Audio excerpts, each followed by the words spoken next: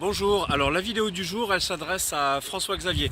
Je vous rappelle que comme François-Xavier, vous pouvez me poser des questions concernant la formation plongée de manière à ce que je publie une vidéo qui réponde à vos questions. Donc la question de François-Xavier, qu'est-ce qui se passe, qu'est-ce que l'on doit faire quand on est en plongeur autonome, c'est-à-dire sans guide, et que des paramètres de plongée sont définis bien sûr, et que quelqu'un ne les respecte pas. Donc ça c'est une situation très embarrassante effectivement, puisque tout le monde est co-responsable de la plongée.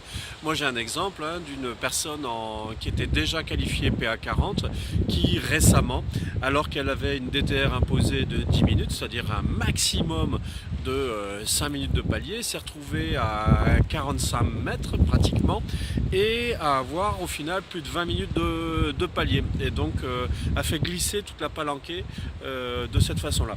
Alors ça c'est très gênant parce que ça pose le problème de la confiance.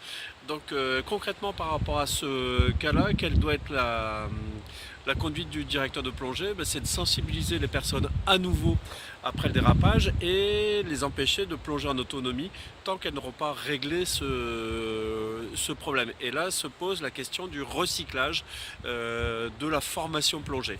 Donc vous concrètement, qu'est-ce que vous devez faire si au cours d'une plongée, vous vous rendez compte que quelqu'un glisse sur les paramètres? Eh bien tout simplement, vous devez agir comme vous l'avez appris lors de votre formation, que ce soit une formation de plongeur autonome, de niveau 2, de niveau 3, de niveau 4. C'est-à-dire que vous devez faire remonter la personne. Si par exemple a été déterminé qu'on ne dépassait pas X minutes de plongée ou X minutes de durée totale de remontée et que vous les avez atteints et que quelqu'un traîne, eh bien il faut le faire remonter. Même chose si vous avez déterminé qu'à une certaine pression, vous décidez de faire demi-tour ou de remonter. Voilà, donc ça c'est quelque chose d'important. Il faut savoir qu'en France, le directeur de plongée a l'autorisation d'apprécier les aptitudes des plongeurs pour leur laisser une autonomie. Donc certains peuvent être conciliants, mais attention à ne pas déraper, pas glisser. C'est ces petites entorses à la sécurité qui vont déclencher finalement des accidents. Et ça c'est embêtant pour tout le monde. On cherche à pratiquer une activité sûre.